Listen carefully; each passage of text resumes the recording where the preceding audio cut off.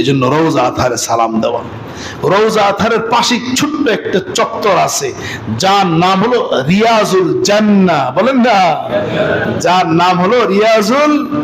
দেখেন রাসূল কি বলে, ক্বালা রাসূলুল্লাহ সাল্লাল্লাহু আলাইহি ওয়াসাল্লাম, ক্বালা রাসূলুল্লাহ সাল্লাল্লাহু আলাইহি ওয়াসাল্লাম, আল্লাহ রাসূল সাল্লাল্লাহু আলাইহি ওয়াসাল্লাম বলেন, মা বাইনা বাইতি ওয়া মিনবারি রাউযাতুম মির রিয়াজিল জান্নাহ, আও কামা ক্বালা রাসূলুল্লাহ সাল্লাল্লাহু আলাইহি ওয়াসাল্লাম।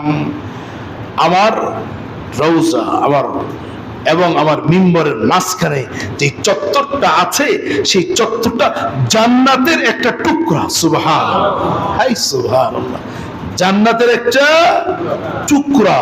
আমি বলছি না, নবীজি বলছেন।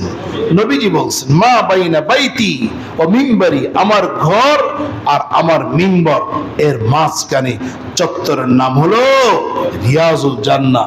যে রিয়াজুল জান্নাহ নামাজ পড়ে সেজন্য জান্নাতি নামাজ পড়লো। সুবহানাল্লাহ, অনুভূতিটা কেমন থাকবে? সে জান্নাতি নামাজ পড়লো। এবং যাকে আপনি সালাম দিচ্ছেন তিনি আপনার সামনে শুয়ে আছেন। এই জন্য রওজা আতহারে সালাম দেওয়া। রওজা আতহারের পাশে ছোট্ট একটা চত্বর আছে যার নাম হলো রিয়াজুল জান্নাহ। বলেন না, যার নাম হলো রিয়াজুল।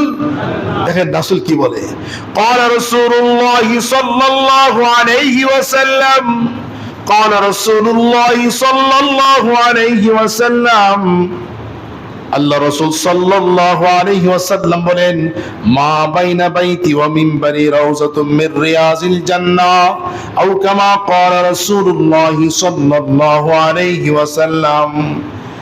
আমার রওজা, আমার এবং আমার মিম্বরের মাঝখানে যে চত্বরটা আছে, সেই চত্বরটা জান্নাতের একটা টুকরা। সুবহানাল্লাহ, হাই সুবহানাল্লাহ, জান্নাতের একটা টুকরা।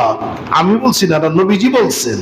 নবীজি বলছেন, মা বাইনা বাইতি ও মিম্বরি, আমার ঘর আর আমার মিম্বর এর মাঝখানে চত্বরের নাম হলো রিয়াজুল জান্নাহ। যে রিয়াজুল জান্নাহ নামাজ পড়ে সেজন্য জান্নাতি নামাজ পড়লো। সুবহানাল্লাহ, অনুভূতিটা কেমন থাকবে? সে জান্নাতি নামাজ পড়লো। এবং যাকে আপনি সালাম দিচ্ছেন তিনি আপনার সামনে শুয়ে আছেন।